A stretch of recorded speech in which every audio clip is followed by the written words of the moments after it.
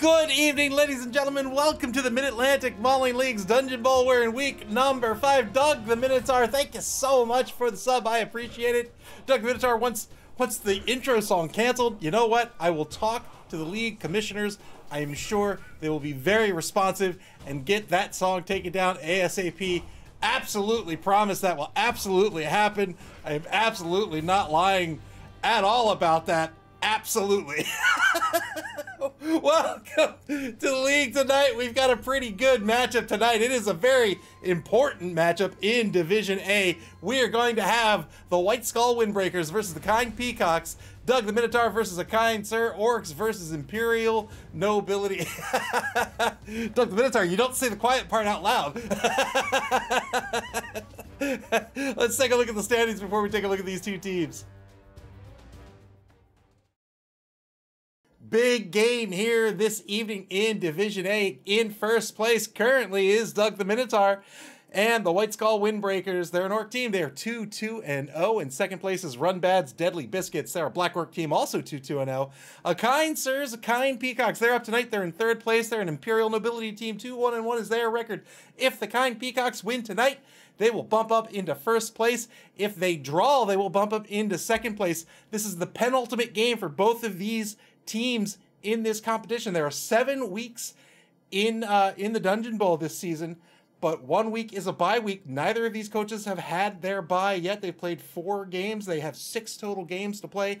Very critical matchup here this evening. In Division B, JD Whitey's Forest of Flames, they're in first place. A Wood Elf team, 4-0 is their record. And BB Nuts Harlequins BBFC, they are in second place. They're an Undead team, 3-0-1 with their amazing win this week. And in Division C, Nick Satan Cenozoic Park, they're a Lizard team. They are 3-0 currently, but I'm going to play them this week. And Tizzle Bizzle's Tizorc Savage Boys, they're an Orc team. They're in second place. They are 1-4-0.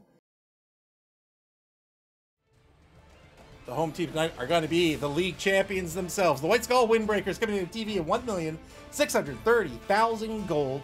They have a full roster of 5, 10, 12 players on the roster. They have the Untrained Troll, 4 Big and Blockers, 4 Blitzers, a Thrower, and 2 Linemen, 1 Oppo, 6 dedicated fans, 3 rerolls. They're going to be up against this Imperial Nobility team this evening. The Kind Peacocks coming in a TV of 990,000 gold. They are down one of their blitzers, and they're down a player besides, so they'll have to pick up 2 journeymen. That'll bring their effective TV up to 1,080,000 gold, and that means they're getting a whopping 550,000 gold in petty cash in this matchup. They have the Ogre, 2 blitzers, 4 bodyguards, 3 linemen, 1 oppo, 3 dedicated fans, 2 rerolls. How are these two teams going to play? Normally we talk about the rosters before we talk about the inducements. Let's talk about the inducements first, because I think it's going to come down to these inducements. 550k, I think that's Morgan Thorg, no brainer. 380k for Morgan Thorg, one of, if not the best piece in the entire game of Blood Bowl. Pick up Morgan Thorg, and that leaves enough money for a wizard as well. That would be my choice. It would be Morg, it would be a wizard. We'll see what a Kind Sir does. I think this game is going to hinge around Morgan Thorg tonight. And the reason for that is the Kind Peacocks are an Imperial Nobility team, already a tough team to coach. Obviously, a Kind Sir has been doing a great job of it, currently in third place, but up against this skilled Orc team, and that's just a real difficult matchup, I think. This is a pitch control team. They're up against the Bash team. The Kind Peacocks don't have the skills to go up against this Bash heavy team. They don't have a lot of players on the roster. They have the 2 blitzers, but only 1 starting tonight. So that's the 1 blodger that they have. It's going to be a real tough matchup, I think, for the Kind Peacocks, and they're going to be fielding at least a journeyman on the pitch as well. So the Kind Peacocks, I think, really have to spend some time, if they haven't already, and figure out what that inducement's going to be, because I think the whole game plan hinges around that. Again, they're a pitch control team, so you can see the bodyguards here. They have Stand Firm and they have Wrestle. You have the linemen with Fend. You have these blitzers who start with block, of course, but they've picked up dodge. They're blodgers as well. Blitzer's very fast piece, right? They're MA7. Blodger is very good. The bodyguards with Stand Firm and Wrestle. Wrestle makes that both down result a little bit safer. Stand Firm lets them stay in place and act as an anchor on the roster. Johnson has the guard skill, will be able to maybe pivot around Johnson on offense more reliably. Otherwise, it can keep the defensive formation in check, and it can anchor around Johnson with that guard skill. The lineman with Fenn means that the free follow-ups on the blocks aren't going to be coming against these linemen. But that's really not enough against this Orc team. This Orc team has so many skills. Look at this. They've got Mighty Blow. The Troll, of course, has Mighty Blow. Block as far as the eye can see. Lots of guard. Lots of Mighty Blow. The Thrower has picked up an extra point of movement allowance. Just a very, very highly skilled team. Lots of tackles on the Blitzers as well. That leaves plenty of players, right? There are 4 Blitzers, all with tackle. That's enough to handle that single opposing Blitzer that's going to be on the pitch tonight. Just a real tough roster to be up against, and that means that inducement money really has to be the focus for the Imperial Nobility team to try to get an advantage against this Orc team. Morg is a great player for that with Mighty Blow +2, Strength 6, very strong player, very expensive player, but if you got the money, why not take it? That means Morg's also going to be a heavy target for the Windbreakers. If the Windbreakers can get a foul off on Morg, they're absolutely going to do it. You can see they have more... I didn't see the name. I saw the dirty player. I didn't see the name. You can see they have number 16, Morg Stomper himself. And his goal is if there's a knockdown on Morgenthorpe, he's going to try to get him off the pitch, because that's what this hinges around. Now, the Orc team is a running team. You can see lots of guard. They want to stay caged up. They want to stay grouped together. They want to be getting these 2-die, there's 3-die blocks with Mighty Blow, with the block skill. And that means that a Wizard can be very effective against this team, where the Wizard can try to spread those Orcs out, lest they get hit by a fireball, right? So having the Wizard in the stands is enough to really change the way the offense is gonna play for the Windbreakers, and it might even change the way they play on defense as well. On defense, if the Imperial Nobility team finds themselves kind of shoved into the corner, shoved to the left side or the right side of the pitch in those wide zones, the defense tends to want to collapse on that offense. And if they don't do that in a good position, right? If they do that where they're all bunched up, that could be a fireball, right? A strategic zap could even be an option to try to break free from the sideline. So the Windbreakers are really going to have to be careful for with that Wizard in play. Doug the Minotaur has played this game a lot, clearly, right? League champion, has a lot of wins under his belt. I don't think it's going to be a problem for him. The problem is really going to be Morgenthorpe, and I think the object of the game is to get Morg off the pitch ASAP. It's all going to hinge around that star player, because the Imperial Nobility team just doesn't have a lot else going for it. I think this matchup is pretty lopsided in the Orcs' favor. I have been wrong plenty of times. We'll see how this plays out. 2 excellent coaches, both have proved themselves time and time again. Doug the Minotaur in many competitions in the league. A Kind Sir so far in this Dungeon Bowl, having a great showing with this Imperial Nobility team. Imperial Nobility, a difficult team to coach, in my opinion. Really, really difficult to get that team going and to be effective with it. We saw Clypheus be pretty effective with a Brett team, which is the spiritual precursor to Imperial Nobility. So we'll see how a Kind Sir is going to play up against this matchup tonight. All right, I'm going to head over to Discord. I'm going to see if the coaches are ready to go. And if they are, we'll get this Monday night game underway.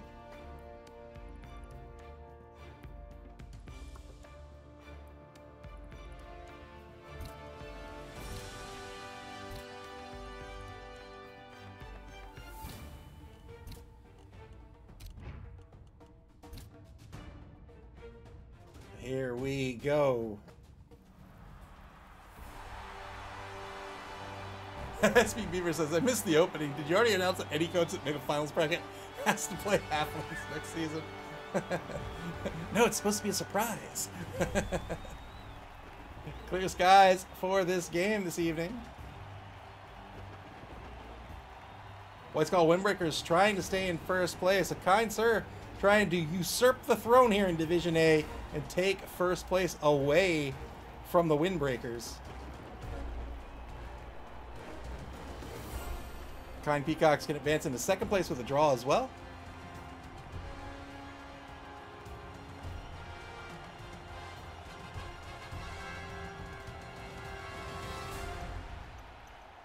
blue versus purple. Let me know if anyone's colorblind. This just doesn't cut it for you. I'll switch the red and blue on. There he is. Yes, indeed. Morgan Thorg, a star player picked up by the kind Peacocks. Here's the coin toss.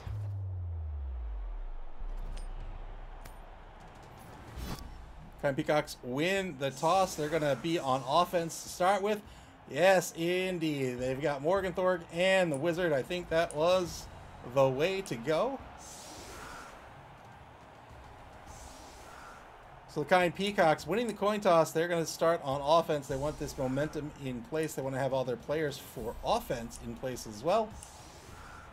And the Windbreakers' job is going to be to stop this score. The Imperial Nobility team, they don't have a passer on the team. They do have some players with catch that can make a pass a little bit more safe. Probably, the Windbreakers probably don't have to worry about a long pass or a long bomb, but might need to worry about the quick pass or even the short pass.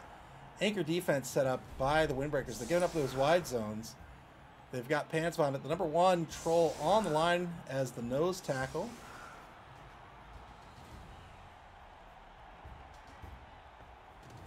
Hank the Ranger says, I'm here watching, so these teams are absolutely safe from sweltering heat. It only happens when I'm not watching.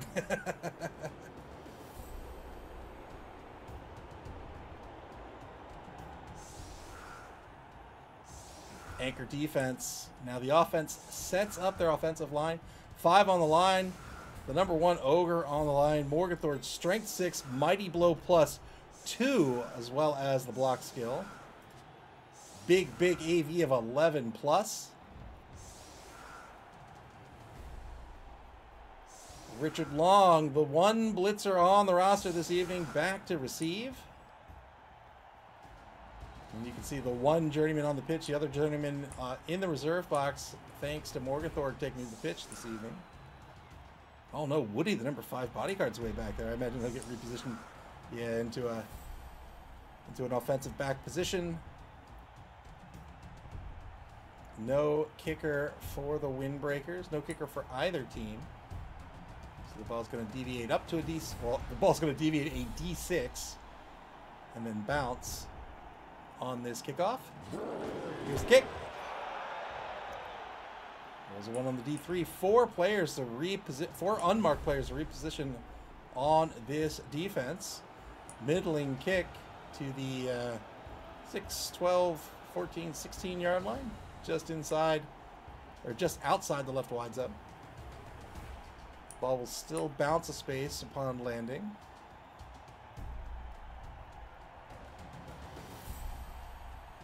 Yeah, so the terminology, at least in this version of the rules, you have for the ball going places, you have deviations, you have scatters, you have bounces. The deviation is the D6 in the D8 direction on the kickoff. You have bounces, that's where the ball will just bounce one space in a D8 direction. You have scatters, it'll bounce 3 times in 3 different D8 directions. Kickoff deviates and then bounces first.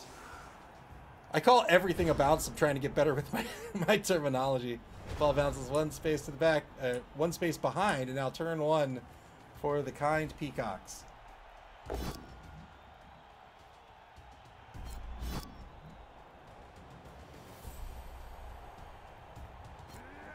Should I block to get this turn started? Gets the knockdown on Heber, the left defensive end, and now a knockdown on Bullsnort, looking for a 10+ here.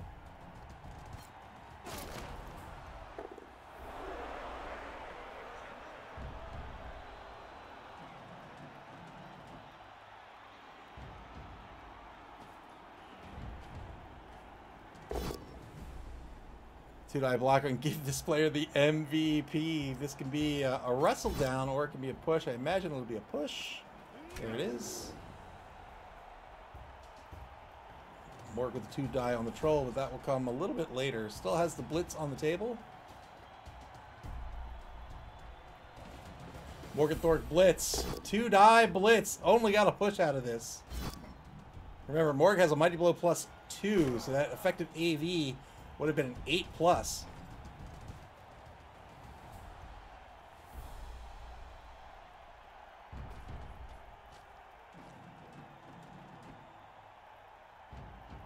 Kind Peacocks taking marks. Standard Blood Bowl tactic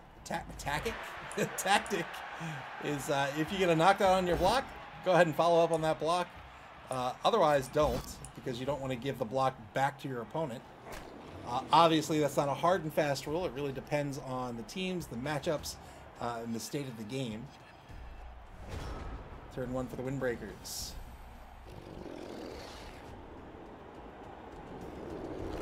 Look at this guy. Look at him. Showing off. Gets the turn started with the blitz. 2-die blitz on the left side of the offensive line. Gets a POW against Willie, the rookie lineman. Can't follow up due to I was going to say due to friend. Due to fend. And the blitzer will stay put here. There was a lot of rain yesterday.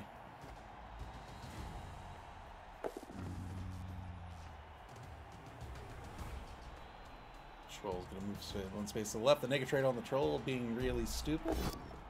Has to get through a 4+ roll unless a friendly is adjacent to the troll, and then it's 2+.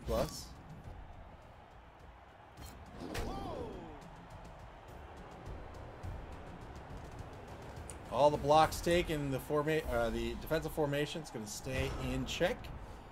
And now turn 2 for the Peacocks.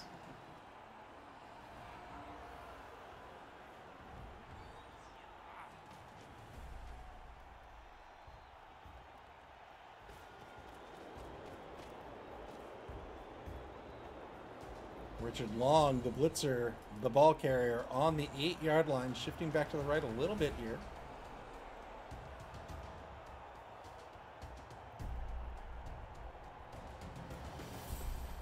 Fastest player on the pitch this evening. Morg blitz, 2-die blitz once again on the left side of that, on that left, right outer linebacker. Breaks armor here. Got a KO. That's Morg doing Morg work. 1-man player advantage for the Kind Peacocks. Morg, the critical piece on this pitch this evening. Clivey says, I'm really curious to see how well Imperial Nobility does. This is going to be a great matchup, I think.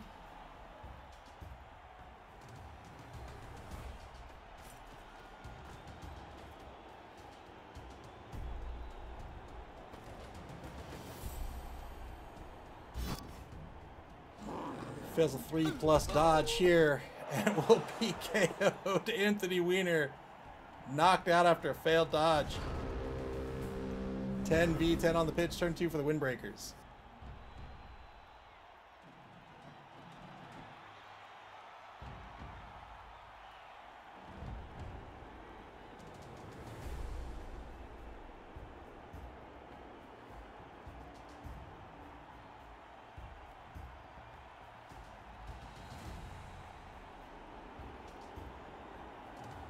God, I forgot Morg is MA6 as well. Morg is disgusting. MA6, strength 6, standard edge, a 3+, incredible AV. Oh, double skulls on the blitz for the Windbreakers. They're going to re-roll this. Windbreakers down to 2 re-rolls for the half. They get a push out of it. Oh, they get a both standing result out of it, in fact.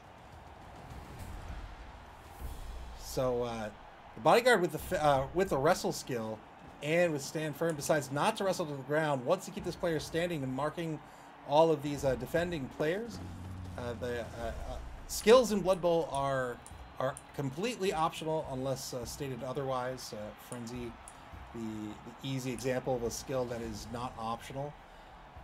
But a kind sir here decided, you know what, not going to wrestle down. I'm going to stay in place.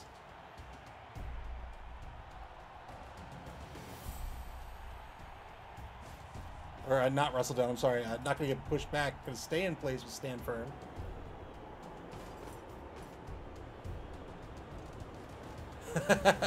Oppo stabs us. Welcome to the stream. This doesn't look like Dungeonbowl. You caught me.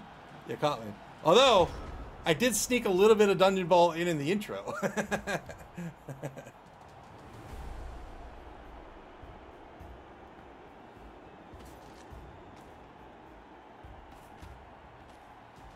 Morgan Jambo LaFay asks, Have both teams got Morg? Nope. Only one team gets the inducements, and the Morgs. Morg is played for a kind Peacocks. That is a good question. In any format where there are multiple star players, there can only be one. There can only be one. Can't have two Morgs on the pitch, for example. I mean, I guess you can do whatever you want.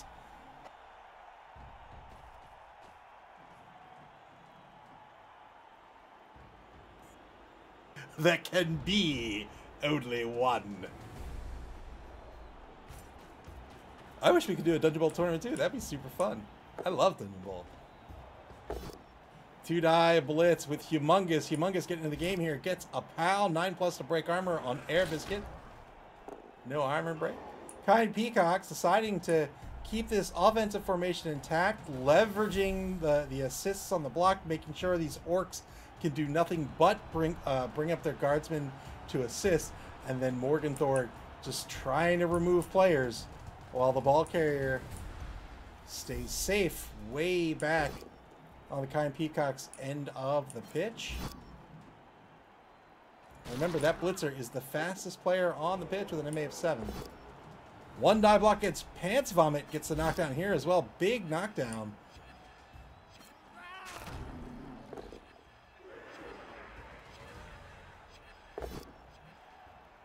Really good action order by Kind Sir here, trying to maximize the die rolls here. Went after the safest blocks first, and then took the risky ones toward the end of the turn. Very well done by Kind Peacocks. Turn 3 now for the Windbreakers.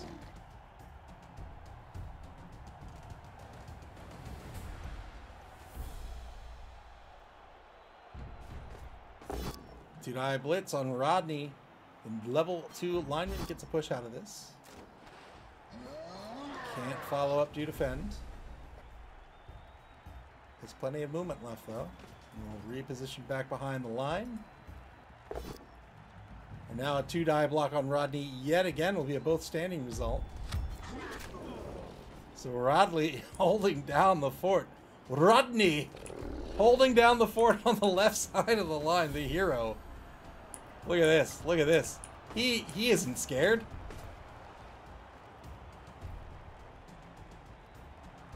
He has the flaming helm of courage.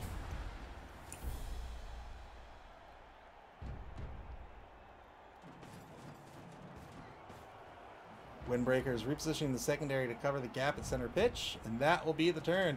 Keeping that formation intact, doing a great job here on defense as well. Both coaches playing very, very well. Very solid ball game. Now the Kind Peacocks on turn 4. Going to move Willie across the line of scrimmage right at center pitch.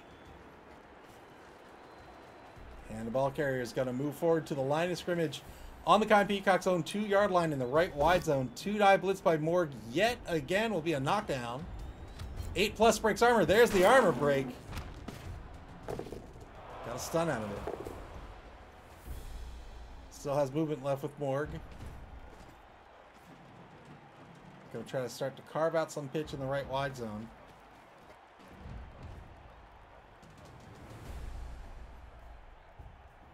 You can see the way that he's attempting to do that here. Setting up these tackle zones. Now has tackle zones here as well. And here as well. Well done by a Kind Sir.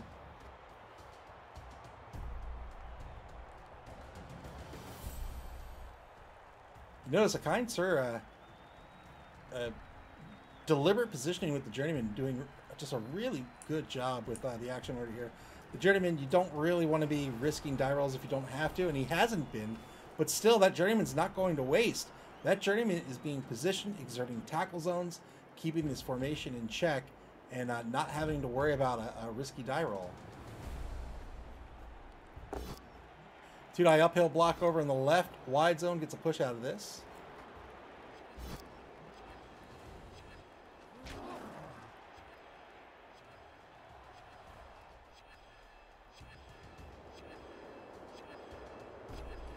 That eliminated the free 3-die block coming back at Rodney. Now a player will have to be rededicated to that block if Windbreakers want the 3-die. Pete, the rookie, the injured rookie lineman, moves down pitch, trying to carve out a whole chunk of this pitch now. Final turn of the first quarter, the Windbreakers finding themselves shoved to the left side here. Humongous, the strength 5, holding down the fort on this protective screen. Morgan Thorg right in front of the ball carrier. Windbreakers almost certainly, well, going to take a die roll first. I thought for sure they'd move at least one player back and to run back that safety just to stay in the defense. Got a push result here against Johnson, the lineman. He's going to, I'm sorry, not the bodyguard, rather. He's going to stand firm. 2-die block back on Rodney. Rodney. Do it, Rodney. Do it. Oh. Rodney not going to stand firm this time. He says, all right, all right, all right. I'll get away.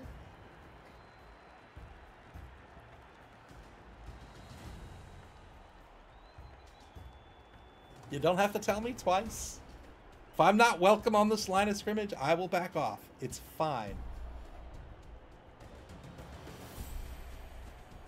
I did hear you like cupcakes. I did bring a few, but that's all right. That's all right. I'll put them in the fridge. You can have them later if you want.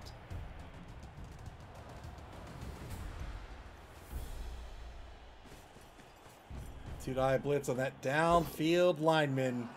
That's going to be a knockdown against Peter. No more movement left for Heber. Heber, the number 8 blitzer, he's the one who smelt it.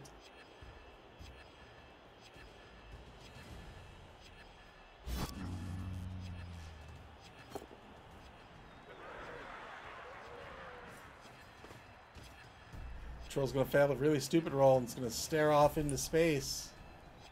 Now the rest of this defense advancing to the right side here, trying to get in front of the ball. The ball might try to move back to center pitch, but that's a very precarious spot right now, unless the Peacocks can carve out some of that pitch, because they have no protection whatsoever. Second quarter is going to begin here with kind Peacocks in turn 5. They have the ball on their own 2-yard line in the right wide zone. Two-die block gets a push on Air Biscuit. They're going to fight for the right wide zone here.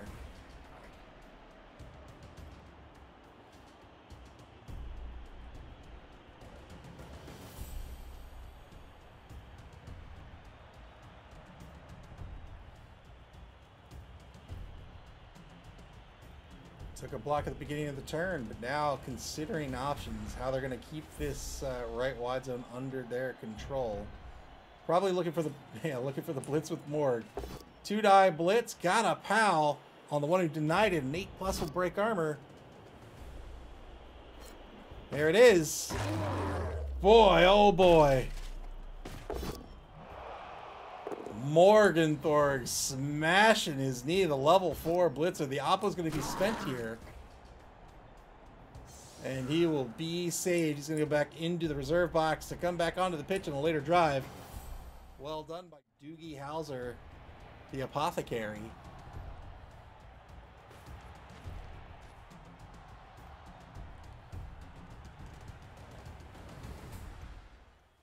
Clive says, man, this is a lot of damage for 5 turns in. Yeah, Morgan Thorg, man. He's a nightmare. Iron Cynic demanding death. Said, you know what? Injuries are fine and all, but come on, Morg. You're here for one thing, and that is death.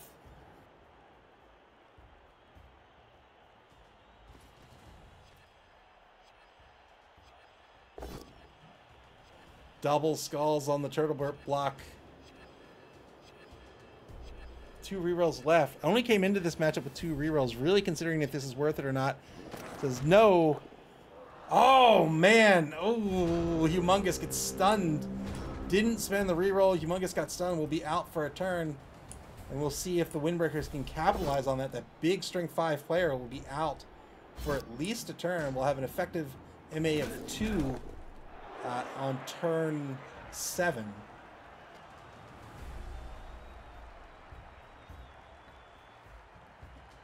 SP Beaver, thank you for the bits. I didn't hear anything play, but thank you for the bits regardless.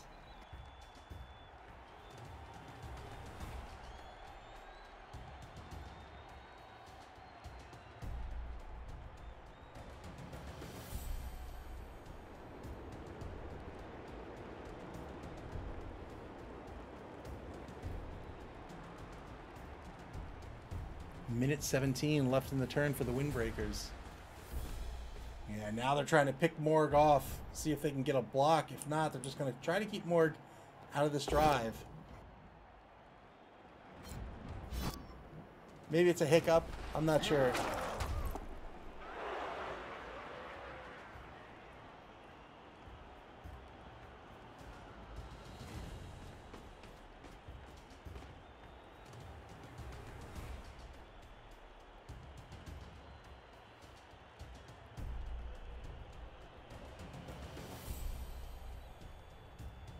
41 seconds left on the clock for the Windbreakers. These turns crucial. And now the Morg blitz. 2-die blitz on Morg. Got the POW.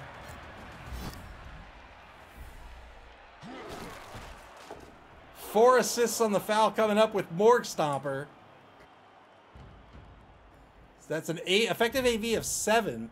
Icy Spark with the follow. Thank you very, very much. Welcome to the stream.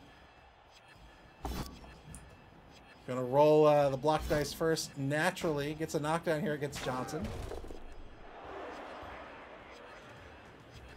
Maybe nothing was done for this choice. 1, 2, 3, 4 assists for the foul. The upcoming foul by Morg Stomper. Each assist reduces the effective AV by 1. So that's an AV of 7+. Here it is. Got called off the pitch. Only got a stun on Morg. Tried to argue the call. The ref was having none of it. And Morg Stomper out of the game. Iron Cynic. That wasn't Iron Cynic. That was Iron Cynic. Prayed to Nuffle. So Morg Stomper just got one stomp out of it.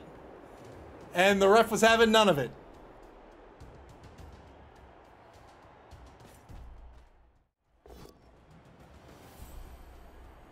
SB Beaver lowering the rush failure rate from 900% to a frankly illegal 99%. Just too easy. And now the ball is going to shift back to the left side of the pitch now. Lots of works tied up. Doesn't have the protection anymore. So it says, I'm not going to risk it. Let's just move back to the left. It's turn 6. 2 more turns after this to try to get the ball in the end zone. Iron Cynic prayed, wanted Morg to live. Morg does indeed live, is stunned. It's going to stay in this game. Morg, again, the centerpiece of this matchup. Keinster's ball game is going to hinge around Morg and effective use of that fireball. And effective use of the fireball doesn't mean you actually have to spend the fireball. Just having the threat matters a lot as well, because again, it's going to double skulls by the Windbreakers. They get a push on Peter. 1 reroll left for the Windbreakers. Just having a threat is going to change the way your opponent plays. And if it's changing it for the worse, right? If it's working out for you, then that's good use of fireball. Or of the wizard, I should say. Both standing result on Private, the rookie bodyguard, who knows no fear around these orcs. 3-9 block on Private. This time gets the knockdown. 9+ breaks armor. There's the armor break. Got a KO. Well done. So it's a 3 and 2. Yeah, 1-man player advantage now for the Kind Peacocks.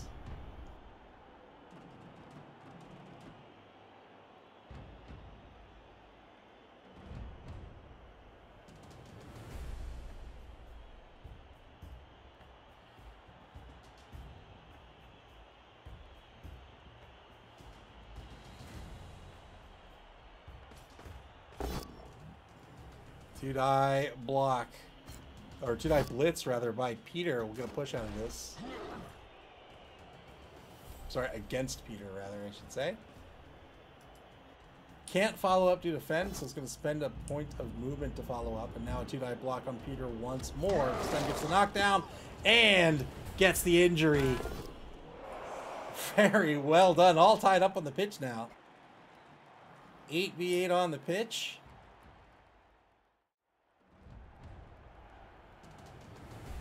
Good use of the blitz. Follow up, get a second. Oh, that's not it at all. That's not the replay. That was a little too fast on the draw. Another foul. Another foul on Morgenthorg. It's another stun, but doesn't get him off the pitch. It's really trying to use this opportunity to get Morg off the pitch. Not working out. The ref, with his back turned, didn't see that one. Turn 7 now for the Kind Peacocks. They have to end this turn in scoring position. Going to be tough to do with Morg not participating in this drive, but they've got movement. They're just so far behind the secondary at this point. And they're going to move all the way to the left end zone. So now the secondary is just really not in position to stop or to get a mark on the ball carrier. Might try to blitz and follow up.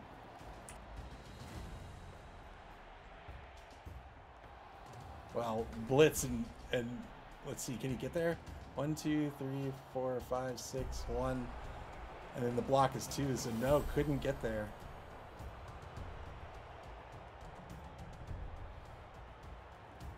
Moop says, feels like foul gave up the TD. Maybe so. Yeah, nobody can really get to this ball carrier at this point.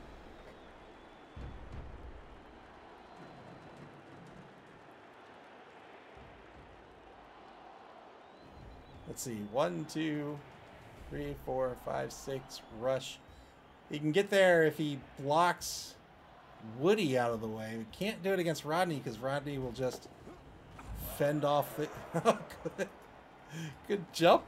Not often do you see a jump. Johnson's going to jump over Air Biscuit. And that is really just going to... Wow, so well done. Really is just going to keep that ball carrier completely safe at this point.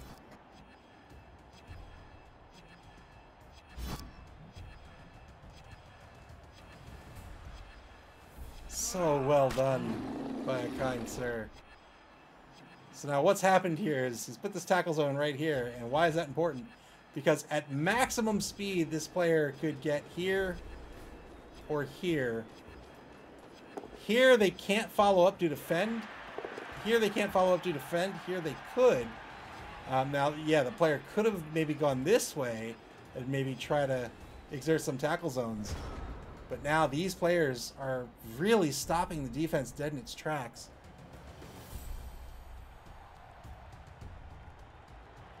Iron Cynic says more kept players out of play from on the ground. That's a pretty good way to look at it, I think.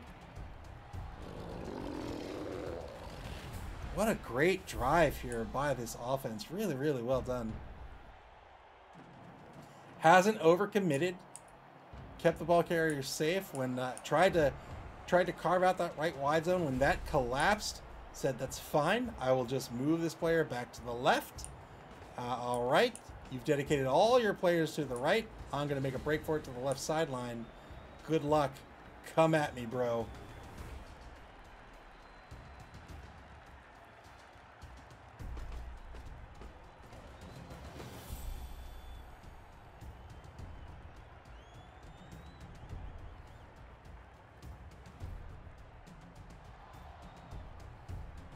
Under minute play in turn 7. Not looking good for the Windbreakers here to try to stop the score. We'll see if Doug has anything up his sleeve. The Windbreakers will be on offense to start the second half. So long as Doug the Minotaur does not lose, they will remain in first place. Failed the rush to try to mark the cage. That will be a turnover. Turn 8 for the Kind Peacocks. They have 2 rerolls, might take some blocks, and otherwise I think they're gonna score here. Very well done by the Kind Peacock. Get on the board here. Excellent, excellent coaching of this control team to inevitably get on the board here, unless Nuffle has plans otherwise. Wrestles to the ground on the blitz. Bluebass, was that a reroll in the first and failed in the second? Indeed it was. There's the score. Very well done by the kind Peacocks.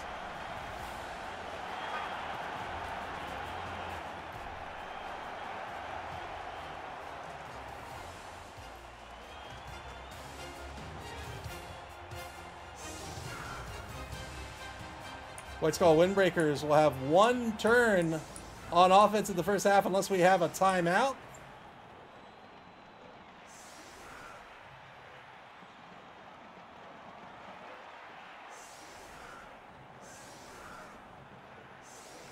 Clive, thank you very much for the bits. Yeah, Morgenthau going on back on the end zone here. Keep these key players safe.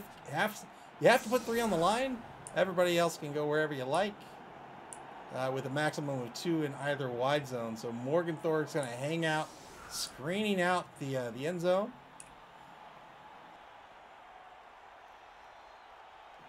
SB Reaver, thank you for hanging out. Have a good night. So the Windbreakers are going to play for the timeout here.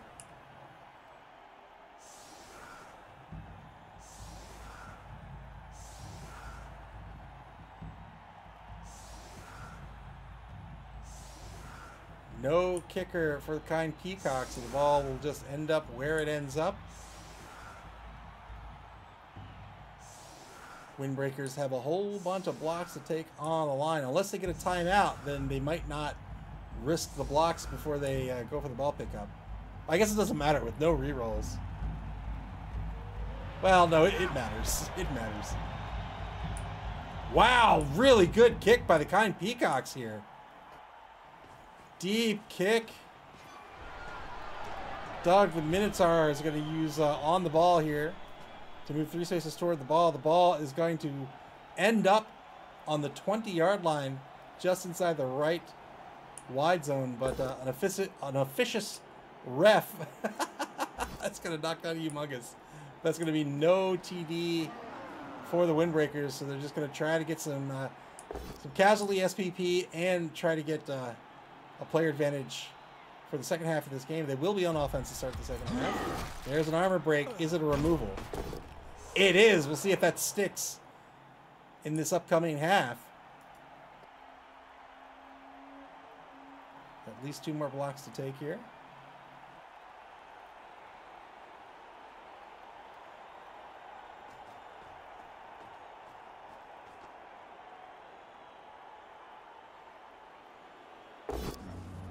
Three-die block on Welma.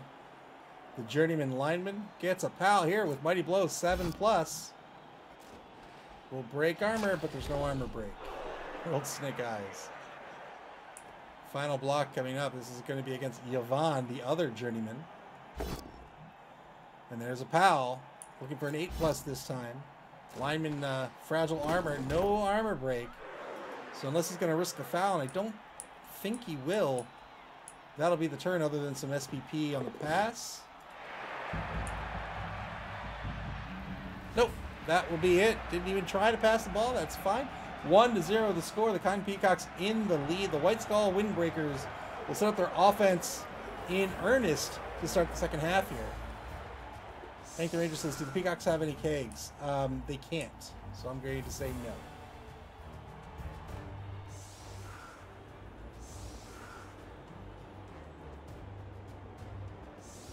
So we're back to 11v11 on the pitch. Full defense for the Peacocks, full offense for the Minotaurs. They're not going to have their fouler, Morg Stomper, sent off on the very first foul of the game. Now the kind Peacocks' job here is to stop the run, so they're going to set up in an anchor formation. This is not a passing team that they're up against. They offset the line to the right.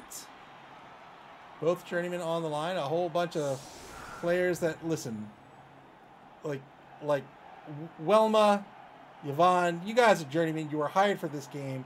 You kind of know the score, but Willie, I hate to tell you, but the rest of the team hates you.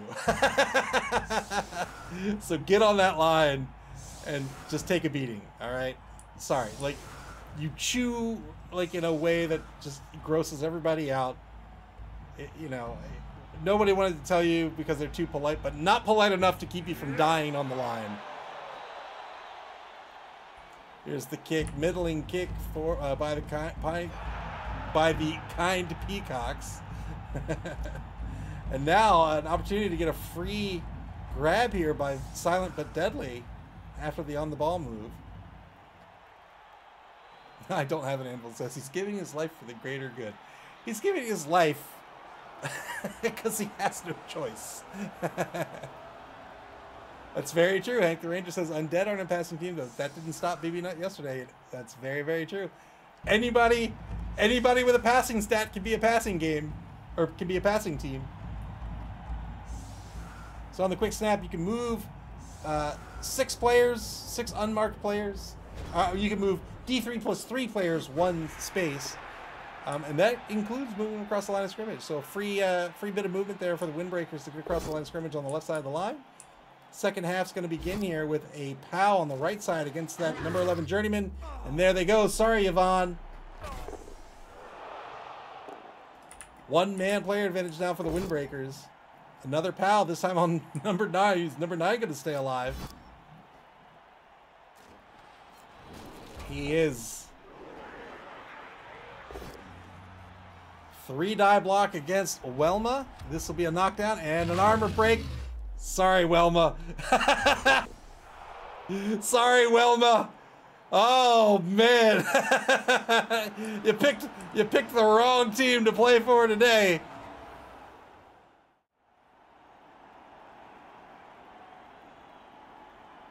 Two-man player advantage for the Windbreakers now. With the death on the block. That is going to be Nuffle's flattening of the day. This injury brought to you by Nuffle's Pancakes. When you take a hit and feel licked, try the sweet and savory flavor of Nuffle's Pancakes. Grab your butter and get back into the game with this Overlord's signature second breakfast. For nearly 3,000 years, this piping hot surprise has been healing hearts and mending breaks. Nuffle's Pancakes. Buy 1, get 3 while supplies last.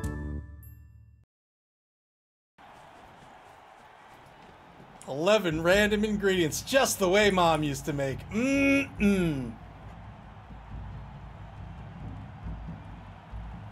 Windbreakers with the ball on their own 4-yard line, caging up on the line of scrimmage here. This is what they want to do. Lots of guard, lots of mighty blow and block. They want to group up, they want to take those blocks. Are the Windbreakers playing for a draw in this game? I think the answer is yes at this point. A draw keeps them in first place.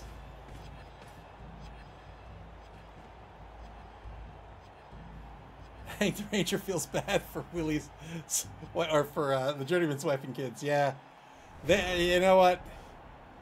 When you play Blood Bowl, that's really got to be a family decision. Everybody needs to know. What the cost is. 2-die blitz by Morg. On the left side of the line is going to be double skulls here. One of the 2 re-rolls is going to be spent, but Morg is a loner, fails the loner roll, and that is a null turn by the kind Peacocks. All-star players are loners. Morgenthorpe on the blitz, rolled double skulls. He spent one of his 2 re-rolls to try to keep this drive alive. Didn't get through the loner roll. And that's Morg getting knocked to the ground.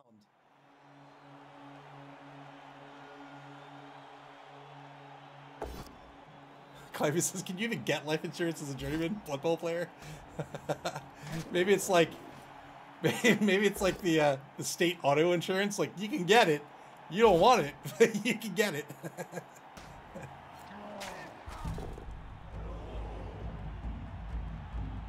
Iron Cynic says, sorry, it's 45K. Yeah, his salary is going to go to his family. They can make good use of it. He's had a terrible Bugman's habit. Morgan Jamble the faces. He had a... Don't feel bad for him. He had a terrible Bugman's habit. The wife and kids will be better off with the insurance money.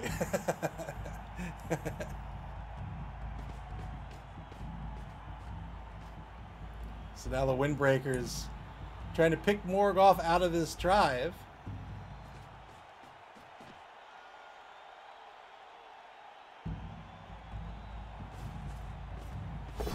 2-die blitz on Humongous. Gets the knockdown here. 9+ with break armor with Mighty Blow. Doesn't get it. I am absolutely surprised by the things that the default Twitch like the permitted or the block terms by default. Peasant? What's wrong with peasant? Why is that a block term?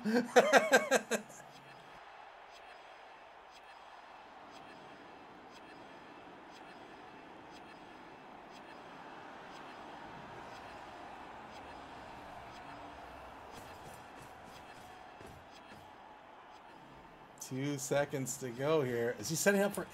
No. Yeah, just trying to keep Morg out of this drive. Vurak, the ball carrier, the number 13 thrower, has the ball on the Windbreakers' own 2-yard line. Vurak has an extra point of MA, keeping this cage loose because he knows the fireball's in play.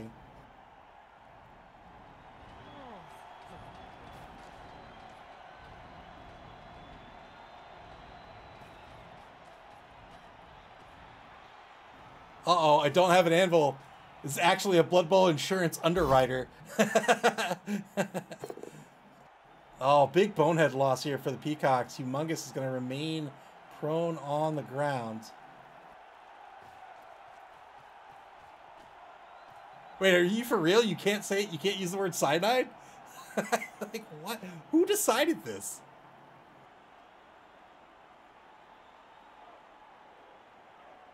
Ah, whatever.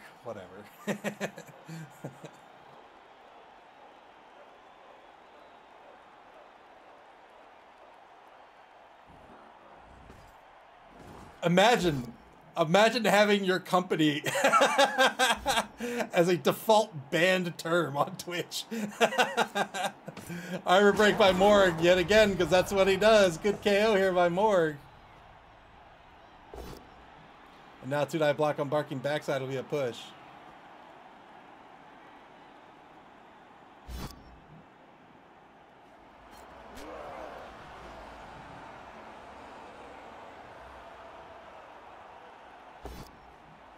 One die block on Turtle Burp will be a push. Richard Long on the block here. Oh, and BB3? I take it all back.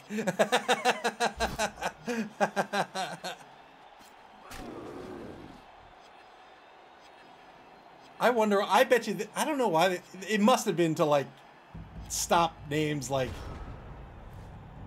Cyanide Sucks or something like that. Like, that's the only thing I can figure.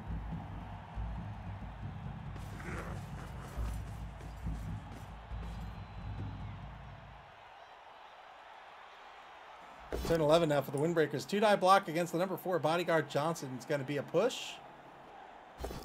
Spends a reroll. Wants the knockdown here. Got the knockdown.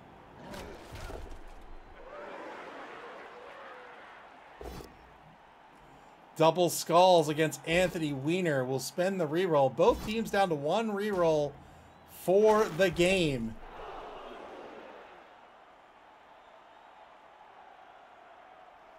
So a 1-man player advantage currently for the Windbreakers.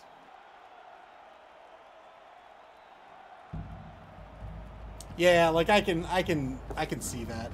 I thought it was Twitch at first, but I guess you would do that just to kind of stop names like that.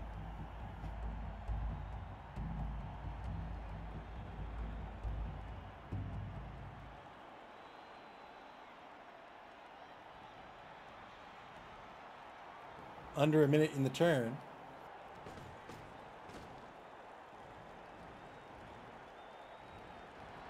Oh, even a better, yeah. Galeshi says, has to keep space for official tournaments and stuff. I think it's fairly common in esports saying it's like a 1-2 whammy of keeping the 8 space open while making sure no one gets tricked into thinking competition or team is official in any capacity. Yeah, I can certainly see that. The cynic in me would say a team wouldn't be named Cyanide, but I can certainly see that. Spends the final reroll here into double skulls. And now, turn 11 coming up for the Kind Peacocks.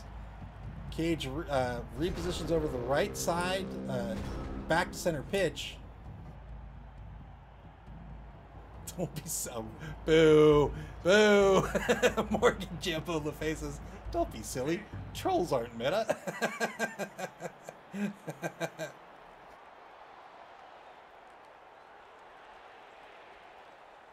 telling you, man, I have this apple. It's called a sugar bee apple. I discovered it at my local grocery store some months ago. Best apples ever made. I've been sitting here, right here, for when the game's over. Another armor break by Morgan. Another removal. It's what he does. Such a good piece. All tied up on the pitch now. 9v9.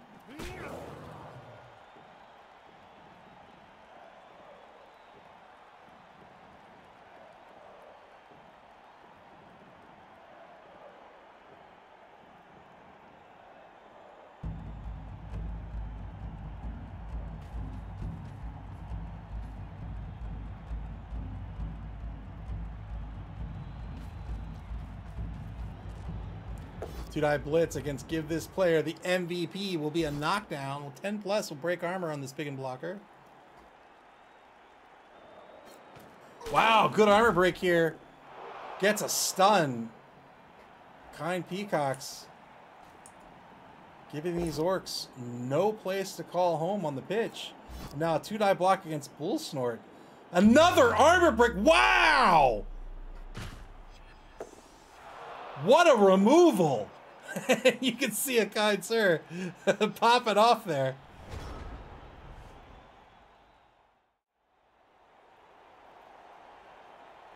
Great removal. Two great armor breaks here on this cage.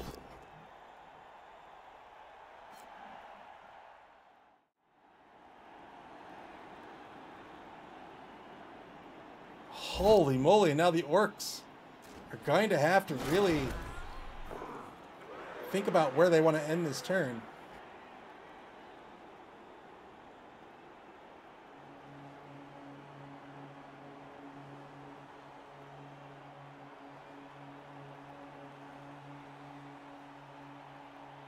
Iron Cynic cheering for the defense.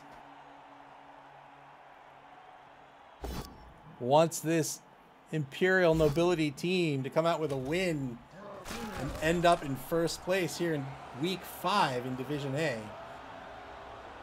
The first place team in each of the 3 divisions will advance to the top 4 after Week 7, as well as the highest place team in, or the highest second place team between the 3 divisions. That will be the top 4. They'll be seeded by standing as if everybody played in one big division. That will be how they are seeded. That's a single elimination bracket.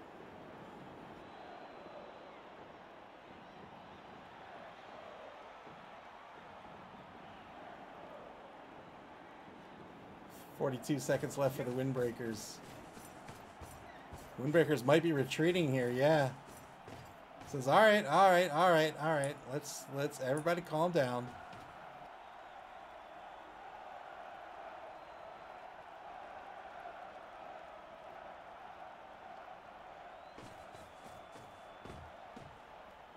So now the ball's going to end up on Doug the Minotaur's own 10-yard line.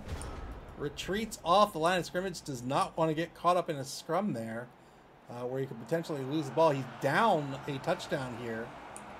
Going into the final turn of the third quarter, needs to get on the board in order to prevent the Windbreakers from slipping into second place. Kind Peacocks keeping the pressure on the ball carrier with a mark by Johnson, the level 2 bodyguard, number 4.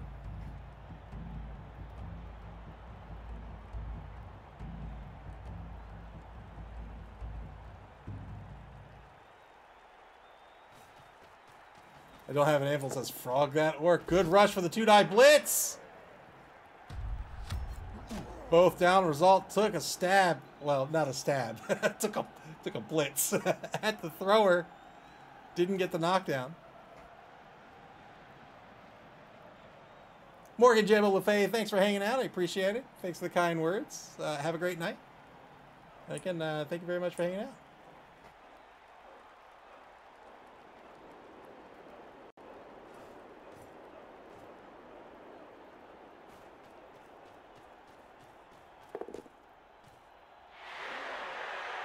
Gillespie asks, am I going to fiddle with goblins or halflings first? Halflings. Well, they're both really fun.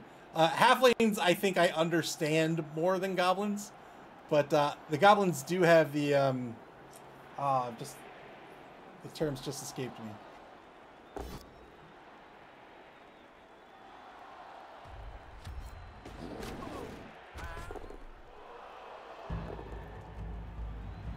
What are they called? The Doom Divers. They do have the Doom Divers, which I think is cool.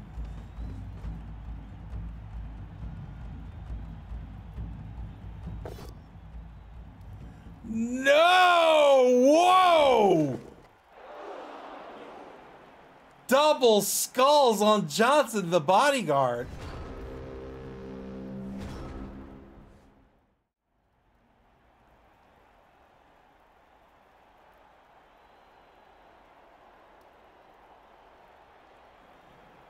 That is a turnover.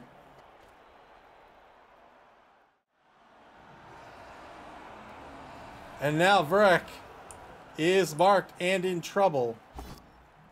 2-die block on Turtleburp will get the knockdown here. Yeah, goblins are great because they are the fowlers, right? They have cheap bribes. They have a ton of secret weapons. They're super fun. And all their positionals are just wacky and really fun. The Pogoer guy is really cool. Like, everybody's fun. Boy, what? What a removal. Vurak removed after the block. The ball's going to end up on the 12. And a good pickup. What a play by the kind Peacocks. Richard Long on the recovery after the blitz is now on the opposing 22-yard line, rushes one space to the right to try to stay safe. Turn 14 for the Windbreakers, and they can do nothing to stop this score.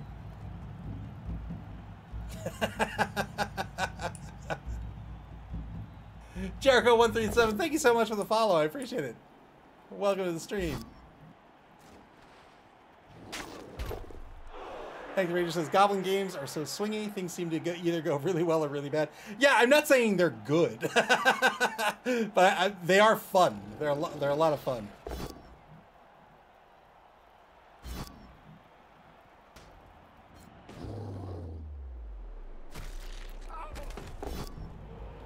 Gets a removal here, but it's not going to amount to much.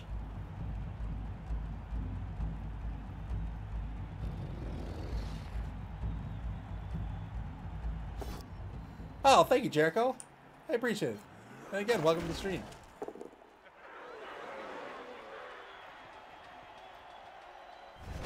That'll be a turnover going into turn 14 for the kind Peacocks now. They're in the lead, and so long as nobody can get to this ball carrier, they'll hang out outside of this end zone.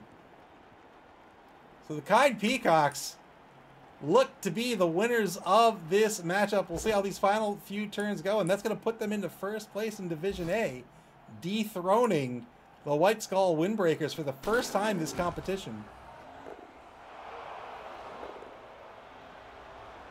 Oh, Icy Spark, thank you so much for the kind words, and welcome to the stream. Thank you very, very much.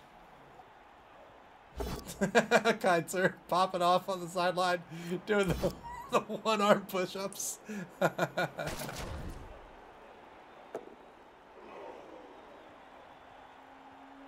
Wait, are the star players getting their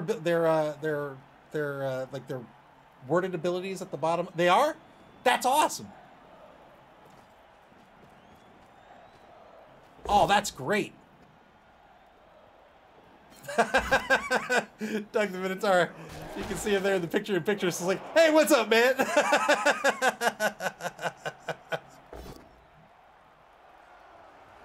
Kind Peacocks just looking for some SPP at this point, trying to stall this out till turn 16.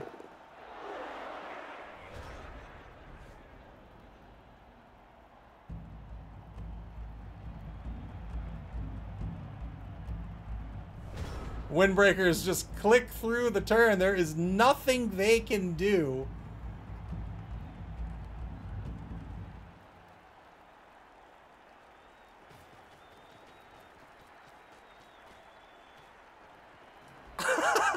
Oh man! Oh no! I missed the follow. Oh, who was that? I'm so sorry. Whoever that was, I'm very, very sorry. I didn't. His final turns. Thank you for the follow. I appreciate it. I'm so sorry. Oh boy, what a final set of turns.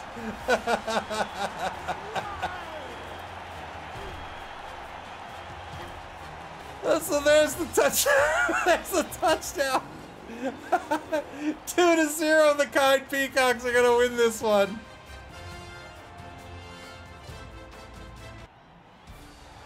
Oh boy, just a fireball to nowhere. Some coach shenanigans. Very well played by both coaches, but kudos to a kind sir here in this victory, 2-0.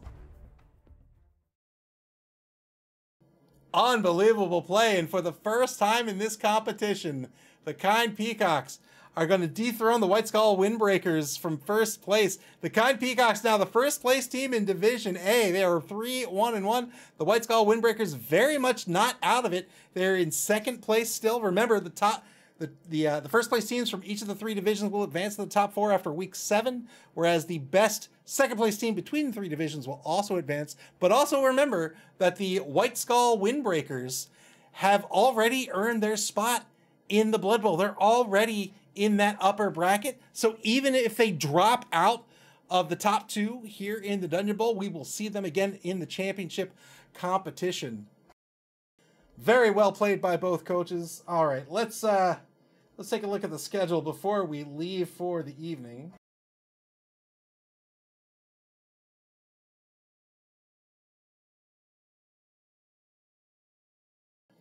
All right, coming up next we have nothing. We have one more game left to be scheduled. That will be Street Fighter Turbo Max versus Maximum Von Cedo. That's Ian versus Malik here in week 5. That is Chaos Renegades versus Lizards. And then that will do it for week 5. After that game, week 6 will begin. Remember, there's 7 weeks in regulation before the cut to top 4 in this competition. And remember that the top 2 teams from every competition, there are 3 open competitions this season. We've played 2 so far. We're in our 3rd. The top 2 teams from each competition advances to our 4th and final competition of the season. That is our Invitational, the Blood Bowl, where they duke it out to see who will be the season champion. The winners of each of the competitions advance to the upper bracket. The runners-up advance in the lower bracket. One more game left to be played this week. And when that game gets scheduled, you'll be able to check out and get alerted to that schedule on our website at maml.club. That's maml.club here on Twitch or on our social media pages on Blue Sky, Twitter, and Facebook. You can also watch previous games on our YouTube channel. Play Blood Bowl, man. This game was awesome. You can play This game is awesome, but tonight's game was awesome. You can play Blood Bowl via Blood Bowl 3 on Steam, the Epic Game Store, PlayStation, and Xbox, and in tabletop form at your friendly local game store. Until the final game in week 5, take care, everybody, and enjoy the rest of your Monday evening.